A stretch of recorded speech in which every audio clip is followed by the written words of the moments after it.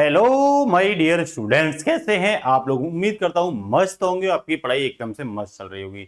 आपको पता है हर रोज हम आपके लिए लेकर आते हैं static GK with current affairs के साथ। बहुत ही शानदार क्लास होती है। यहाँ केवल करंट अफेयर्स नहीं पढ़ाते, साथ ही साथ हम कवर करते हैं आपके स्टैटिक जीके। तो बिना कुछ टाइम वेस्ट किए हुए मेरे साथ आ जाइए फटाफट से।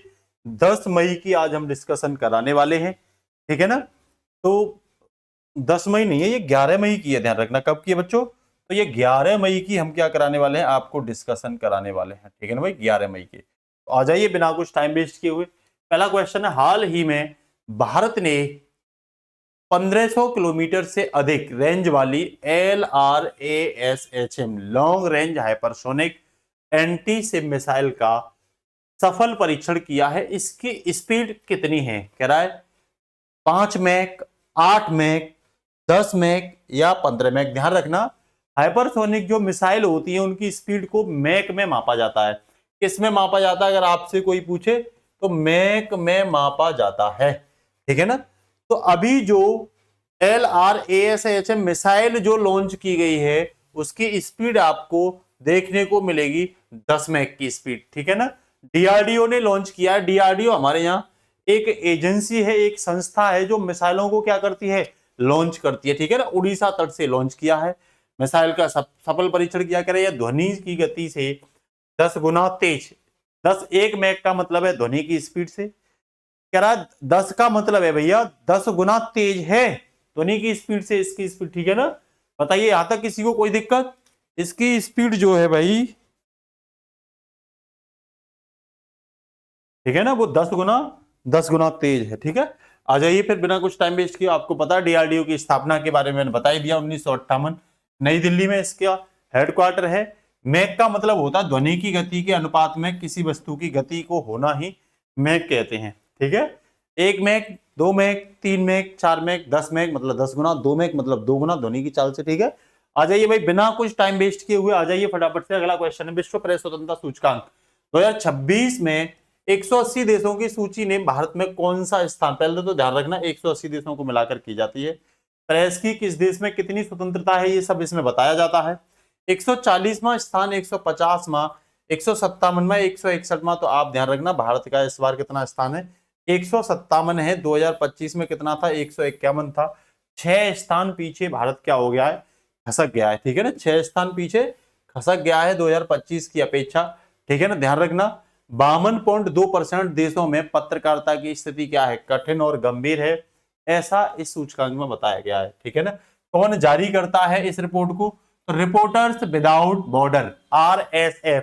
पूछ लेगा कौन संस्था इस सूचकांक को जारी करती है? तो RSF करती है। टॉप देशों में नॉर्वे लगातार 10वें साल टॉप पर आया है।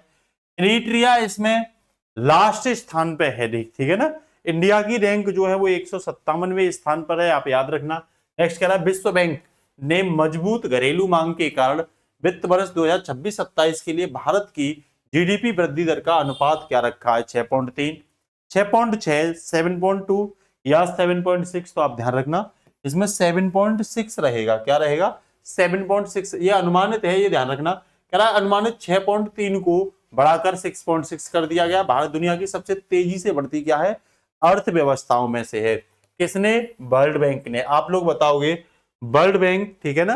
वर्ल्ड बैंक की स्थापना या शब्द ही रखा। वर्ल्ड बैंक की स्थापना 1944 में, इसका हेडक्वार्टर वॉशिंगटन डीसी में है। भारत की अर्थव्यवस्था नॉमिनल जीडीपी के हिसाब से दुनिया की चौथी सबसे बड़ी अर्थव्यवस्था है। आपको बताना है IMF की स्थापना किस वर्ष हुई थी और इसका हेडक्वार्टर कहां है? आप लोगों को बताना है। इस समय वर्ल्ड बैंक का अध्यक्ष कौन है? इस समय वर्ल्ड बैंक का अध्यक्ष कौन है? हाल के एग्जाम में ये पूछा गया है, ये कमेंट बॉक्स में आप सभी लोग जवाब दोगे। हाल ही में समाचार पत्रों में रहा। प्रोसोपिस जूलीफ्लोरा निम्न में से क्या है? प्रोसोपिस जूलीफेरा निम्न में से क्या है? कह रहा है एक स्वदेशी औषधीय पौधा, एक आक्रामक विदेशी पौधे की प्रजाति, एक समुद्री शैवाल या आनुवंशिक रूप से संशोधित कोई फसल। तो इसका आंसर आपके लिए बी हो जाएगा। ये एक आक्रामक विदेशी पौधे की क्या है भाई? प्रजाति है। ये आप देख रहे होंगे इस पौधे की प्रजाति डेंजरस है, ध्यान रखना, ठीक है ना। कह रहा प्रोसोपिस जूलिफेरा जो है एक विदेशी आक्रामक प्रजाति है, तो स्थानीय जैव विविधता को क्या पहुंचाती है, नुकसान पहुंचाती है। हाल ही में इसके उपयोग से बायोमेथेनॉल उत्पादन को लेकर चर्चा की गई है कि भाई इससे बायोमेथेनॉल का क्या करेंगे, उत्पादन करेंगे। ध्यान रखना, ये इंपोर्टेंट है। आक्रामक प्रजाति क्या होती है, तो कह रहा जो नए पर्यावरण में पनप कर मूल पौधे पेड़ पौधों के लिए क्या खतरा बन जाए, उसी को हम आक्रामक प्रजाति कहते हैं। ठीक है ना। जल चूसने वाले पौधे और बायोमेथेनॉल इससे बनाने की क्या की जा रही है, बात की जा रही है। तो जल चूसने वाले जो पौधे होते हैं एक प्रकार से आक्रामक प्रजाति होती है, तो जैव विविधता को क्या पहुंचाती है, लॉस, मतलब अन्य प्रजातियों को कम करने का काम करती है। नेक्स्ट कह रहा है द्विपक्षीय सैन्य अभ्यास टिनबैक्स 2026 4 मई 2026 को भारत और किस देश के बीच लॉन्च किया गया है, सिंगापुर, ओमान, कंबोडिया और श्रीलंका। तो ये कंबोडिया में किया गया। ध्यान रखना, अंगोर वाट का मंदिर जो है हमारा, ठीक है ना, वो यही है कंबोडिया में। अंगोर वाट का मंदिर यही है। आप लोग बताओगे किस भगवान को समर्पित है, ये किस भगवान को समर्पित है, और ये मंदिर किसने बनवाया, किसने बनवाया, ये भी आप क्या करोगे, बताओगे। ठीक है ना। अगर ये भारत के भगवान का है, हिंदू धर्म का, तो निश्चित रूप से किसी न किसी का रोल रहा होगा, ये आपको बताना है। ठीक है ना। तो कह रहा दोनों सेनाओं के बीच तालमेल बैठाने के लिए है। आपसे पूछे कंबोडिया की राजधानी क्या है, तो नेम पेन राजधानी है, रियाल इसकी मुद्रा है। और दुनिया का सबसे बड़ा हिंदू मंदिर अंगुर वाटिका का ये कहाँ पे है भाई, तो ये मंदिर आप देख रहे होंगे, ये मंदिर कंबोडिया में। किसने बनवाया, आप लोग बताओगे इसके बारे में। कह रहा मई 2026 में गंगा नदी पर बने 4.7 किलोमीटर लंबे विक्रमशिला सेतु का 34 मीटर हिस्सा गिर गया है। और यह पुल किस राज्य में स्थित है, ध्यान रखना, उत्तर प्रदेश में, पश्चिम बंगाल में, बिहार में या झारखंड में। तो ध्यान रखना, ये जो पुल गिरा है, आपको पता ही है पुल गिरने के मामले में कौन राज्य फेमस है, तो बिहार का नाम सबसे पहले आता है। अभी आप लोग ये बताओगे बिहार के नए सीएम कौन बनाए गए हैं और किसकी जगह बनाए गए हैं, और किसकी जगह बनाए गए हैं। ठीक है ना, ये आप कमेंट बॉक्स में बताओगे। ठीक है। नेक्स्ट आपको बताइए, बिहार के भागलपुर में 4.7 किलोमीटर लंबा विक्रमशिला सेतु 1 से 3 मई 2026 को गंगा नदी में गिर गया है। 16 जिलों की कनेक्टिविटी क्या हुई है, इससे प्रभावित हुई है। भारत की सबसे लंबी नदी पूछे तो गंगा नदी है, ध्यान रखना। ठीक है ना, कौन सी, गंगा नदी। तो 2525 किलोमीटर है। विक्रमशिला बिहार की बात करें तो पाल वंश के शासक धर्मपाल ने इसकी क्या की थी, स्थापना की थी। ये पॉइंट भी आप क्या रखना, याद रखना। ठीक है। मार्च 2026 में राष्ट्रपति द्रौपदी मुर्मू द्वारा महाराष्ट्र के नए राज्यपाल के रूप में नियुक्त किया गया है। जिष्णुदेव वर्मा को, शिव प्रताप शुक्ला को, एन रवि को, या लेफ्टिनेंट जनरल सैयद अता हसन को। तो ध्यान रखना, ये नियुक्त किया गया है किसे, जिष्णुदेव वर्मा को। क्या नियुक्त किया गया, महाराष्ट्र के नए राज्यपाल के रूप में नियुक्त किया गया है। ठीक है ना। तो आप लोगों को ये बताना है, ठीक है ना, कि भैया देखो कह रहे हैं कहां से, जिष्णुदेव वर्मा महाराष्ट्र का नया राज्यपाल नियुक्त किया गया, शिव प्रताप शुक्ला को तेलंगाना, और सैयद अता हसैन को बिहार का नया राज्यपाल। तो अन्य तीन को भी याद रखना, सैयद अता हसैन को भी याद रखना, ठीक है ना, और शिव प्रताप शुक्ला को भी याद रखना। तेलंगाना, बिहार और महाराष्ट्र, ये 3 राज्यों में क्या किए गए हैं, नए राज्यपाल बनाए गए हैं। राज्यपाल के बारे में जानकारी आर्टिकल 153 में बोला गया है, प्रत्येक राज्य के लिए एक राज्यपाल होगा। आर्टिकल 155 में संविधान के में बोला गया है राज्य की नियुक्ति, राज्यपाल की जो नियुक्ति है वो भारत के राष्ट्रपति के द्वारा की जाती है। और ये ध्यान रखना, राज्यपाल राष्ट्रपति के प्रसाद पर्यंत, राष्ट्रपति के प्रसाद पर्यंत पद पर क्या रहता है, बना रहता है। राष्ट्रपति के प्रसाद पर्यंत पद पर क्या रहता है, बना रहता है। WHO की पुष्टि के अनुसार हाल ही में इस महासागर में चल रहे एक क्रूज जहाज पर दुर्बल हंता वायरस संक्रमण से मौतें हुई हैं। किस वायरस से, हंता वायरस से। ठीक है ना। तो कह रहा है प्रशांत महासागर, हिंद महासागर, अटलांटिक महासागर या दक्षिणी महासागर। तो इसका आंसर कर देना, ये क्रूज कहां पे था, अटलांटिक महासागर में था। ठीक है ना। कह रहा है नीदरलैंड के झंडे वाले क्रूज शिप पर हंता वायरस के कारण 3 लोगों की मौत हो गई। कह रहा है संक्रमण रोकने के लिए जहाज को अफ्रीकी देश के कैप वर्डे में रोका गया है। कह रहा है इंसानों में मुख्य रूप से हंता वायरस जो है चूहों के संपर्क में आने से, मल मूत्र और लार आने से फैलता है, और यह हवा से नहीं फैलता, लेकिन मृत्यु दर 38% है। इसमें कह रहा है इसकी कोई वैक्सीन भी अभी तक क्या नहीं हुई, इसकी कोई वैक्सीन भी अभी तक तैयार नहीं हुई है। चलें आगे क्वेश्चन की ओर। मार्च 2026 के हालिया आंकड़ों के अनुसार 8 प्रमुख उद्योगों में सबसे ज्यादा बाहर किस उद्योग का है? तो ये रिवीजन करा रहा हूं मैं, रिफाइनरी उद्योग का आपको पता ही है कितना बाहर है, तो 28% रिफाइनरी उद्योग का हमारी अर्थव्यवस्था में। फिर दूसरा, तो इलेक्ट्रिसिटी का 19%, स्टील का 17%, वही कोयला का 10% है, नेचुरल गैस का 6%, क्रूड ऑयल का कच्चा तेल जो उसका 8% है, सीमेंट का कितना है 5% है हमारी अर्थव्यवस्था में भागीदारी, और खाद की कितनी है 2%। ये कहना चाह रहा है कि जो मजबूत कोर उद्योग हैं वो 8 उद्योग हैं जो मजबूत हैं, जिन पर अर्थव्यवस्था टिकी है। उद्योग तो और भी हैं, लेकिन सबसे ज्यादा महत्वपूर्ण भूमिका ये 8 उद्योग रखते हैं, और इन 8 में भी सबसे ज्यादा कौन?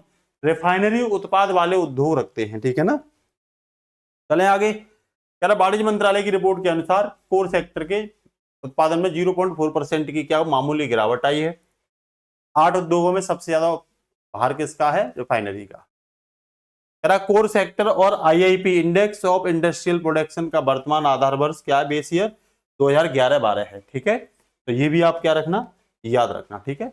हाल ही में कॉरपोरेट विवाद को सुलझाने वाली देश की सबसे बड़ी न्यायिक संस्था राष्ट्रीय कंपनी कानून न्यायाधिकरण एनसीएलटी के नए अध्यक्ष के रूप में किसे नियुक्त किया गया है? राममूर्ति रामलिंगन सुधाकर को, न्यायमूर्ति अनुपिंदर सिंह ग्रेवाल को, न्यायमूर्ति डीवाई चंद्रचूड़ को, और न्यायमूर्ति अशोक भूषण को। तो इसमें आंसर कौन सा हो जाएगा? अनुपिंदर ग्रेवाल, ठीक है ना। पंजाब हाई कोर्ट से थे, ये ध्यान रखना, किससे? पंजाब हाई कोर्ट से थे, पंजाब हरियाणा, ठीक है। तो आप लोग ये ध्यान रखना। एनसीएलटी की स्थापना के बारे में बताए 1 जून 2016 को कंपनी अधिनियम 2013 के तहत। इराडी समिति को याद रखना, इराडी समिति की सिफारिश पर की गई। भारत ने स्वास्थ्य कूटनीति का नेतृत्व करते हुए भीष्म प्रोजेक्ट के तहत किस देश को आरोग्य मैत्री क्यूब्स पोर्टेबल अस्पताल उपहार में भेंट किया है? तो आप यहीं से पहचान सकते हो, ये मैंने बताया था आपको। किसको किया है? जमैका को किया है। आप लोग बताओगे मालदीव की राजधानी, फिजी की राजधानी, युगांडा की, और जमैका की राजधानी आप बताओगे। ये कैरेबियन महाद्वीप में पड़ता है, ये अटलांटिक महासागर है, ये ध्यान रखना। दक्षिणी अमेरिका महाद्वीप है, और ये उत्तरी अमेरिका महाद्वीप है, और ये ग्रीनलैंड है। जब आप मैप में देखोगे ये अफ्रीका है बच्चों, क्या है? अफ्रीका महाद्वीप है, और ये यूरोप महाद्वीप है, और ये एशिया महाद्वीप है, और यहाँ नीचे क्या है? ऑस्ट्रेलिया महाद्वीप है, और यहाँ भैया सबसे नीचे अंटार्कटिका महाद्वीप है। ध्यान रखना, इधर जो है वो प्रशांत महासागर है, ऊपर आर्कटिक महासागर है, ये अटलांटिक महासागर है, ये हिंद महासागर है। तो बच्चे यहाँ नीचे दक्षिण महासागर है। तो ये सब चीजें आपको पता होनी चाहिए, ठीक है ना। आगे चलते हैं। कह रहा जमैका को आरोग्य मैत्री दिया गया, इस तरह का एक पोर्टेबल अस्पताल है, तुरंत तैयार हो जाता है। जमैका कैरिकॉम का सदस्य है, ध्यान रखना, इसमें 15 देश शामिल है, और इसका मुख्यालय कहाँ है? जॉर्ज टाउन गुआना में इसका मुख्यालय है, ठीक है ना। इसके साथ नेक्स्ट कह रहा है इसरो और जापानी अंतरिक्ष एजेंसी के आगामी संयुक्त चंद्र अभ्यास मिशन लूपेक्स, संयुक्त चंद्र मिशन लूपेक्स, जिसे लूनार पोलर एक्सप्लोरेशन कहते हैं, को आधिकारिक तौर पर किस नाम से, अन्य नाम से जाना गया है? चंद्रयान 4, चंद्रयान 5, आर्टेमिस, या हाकुतो आर? तो इसको चंद्रयान 5 के नाम से जाना गया है। किसके नाम से? चंद्रयान 5 के। 2 देश मिलकर के भाग ले रहे हैं इसमें, भारत का इसरो, जापान का जाक्सा, ठीक है ना। ये पानी और बर्फ का अध्ययन करेगा, चंद्रमा के दक्षिणी ध्रुव पर अध्ययन करेगा। 2028 में लॉन्च किया जाएगा। इसरो की स्थापना के बारे में पूछे तो 15 अगस्त 1969 को। इसका हेडक्वार्टर कर्नाटक के बेंगलुरु में है। इस समय अध्यक्ष जो है एस सोमनाथ है, ठीक है ना। तो ये पॉइंट भी आप क्या रखना, याद रखना। हाल ही में डीआरडीओ और भारतीय नौसेना के किस एंटीशिप मिसाइल का उड़ीसा तट पर हेलीकॉप्टर से पहला सफल सॉल्वे परीक्षण किया है? सॉल्वे परीक्षण, ध्यान रखना। तो किसका किया है? NASMSR का। जी कितनी बार मैंने रिवीजन करा दिया है, इसीलिए आप सबको चिनूक हॉस्पिटल से किया, चिनूक हेलीकॉप्टर से, हॉस्पिटल से नहीं, चिनूक हेलीकॉप्टर से किया गया। ये भी आप लोग क्या रखना, याद रखना, ठीक है ना। ये बेसिक सी बातें मैंने आपको बता दी। डीआरडीओ की स्थापना 1958 में। इसका आदर्श वाक्य है बलस्य मूल विज्ञानम, ठीक है ना, strength origin in the science. इसकी मारक क्षमता 55 किलोमीटर की मारक क्षमता वाली स्वदेशी मिसाइल है। सी स्किमिंग, समुद्र की सतह के करीब उड़ने की क्या रखती है? क्षमता रखती है, ठीक है ना। और डीआरडीओ हैदराबाद स्थित RCI लैब में इसे क्या किया गया है, बनाया गया है। भारत के पहले निजी तौर पर विकसित कक्षीय रॉकेट का क्या नाम है, जिसे हाल ही में लॉन्च किया गया, हरिकोटा ले जाया जाएगा? विक्रम एस, गरुड़ फर्स्ट, कलाम 100 या विक्रम फर्स्ट? तो ये कौन सा है? विक्रम फर्स्ट है, ध्यान रखना कौन सा है भाई, विक्रम फर्स्ट है, ठीक है ना। स्काई रूट एरोस्पेस द्वारा इसे क्या किया गया, विकसित, इसका नाम याद रखना कंपनी का, स्काई रूट एरोस्पेस इस कंपनी का क्या है बच्चों, नाम है, ठीक है ना। 350 किलोग्राम पेलोड को लो अर्थ ऑर्बिट में ले जाने की क्षमता रखता है ये, ठीक है ना। भारत में निजी अंतरिक्ष कंपनियों को मंजूरी और नियंत्रण देने वाली सरकारी नोडल एजेंसी का नाम है इन स्पेस, ठीक है ना। यही मंजूरी देती है कंपनियों को। इसका गठन 2020 में हुआ था। इन स्पेस के बारे में जानकारी आप लोग इकट्ठा कर लेना। हर साल 1 मई को मनाए जाने वाले अंतर्राष्ट्रीय मजदूर दिवस की शुरुआत भारत में पहली बार किस वर्ष कहां पे हुई थी? तो सबको मैंने बताया था 1923 में हुई थी। कब हुई थी? 1 मई को सेलिब्रेट किया जाता है। और ये 1923 में कहां पे हुई थी? तो मद्रास के चेन्नई में लेबर किसान पार्टी ऑफ द हिंदुस्तान के नेताओं द्वारा, जिनका नाम सिंगारवेलु चेट्टियार द्वारा आयोजित की गई थी। वैश्विक स्तर पर मजबूत दिवस की उत्पत्ति मैंने बताया था 1 मई 1886 को अमेरिका के शिकागो में हुई। कह रहा हैमार्केट आंदोलन से हुई थी, जहां मजदूरों ने 8 घंटे कार्य दिवस की क्या की थी, मांग की थी। क्लास कैसी लगी आपको जरूर बताना। बीच में भी छुट्टी हो गई थी, उसके लिए माफी चाहते हैं। अब डेली आपकी क्या रहेंगी, क्लास रहेंगी। नमस्कार, जय हिंद बच्चों।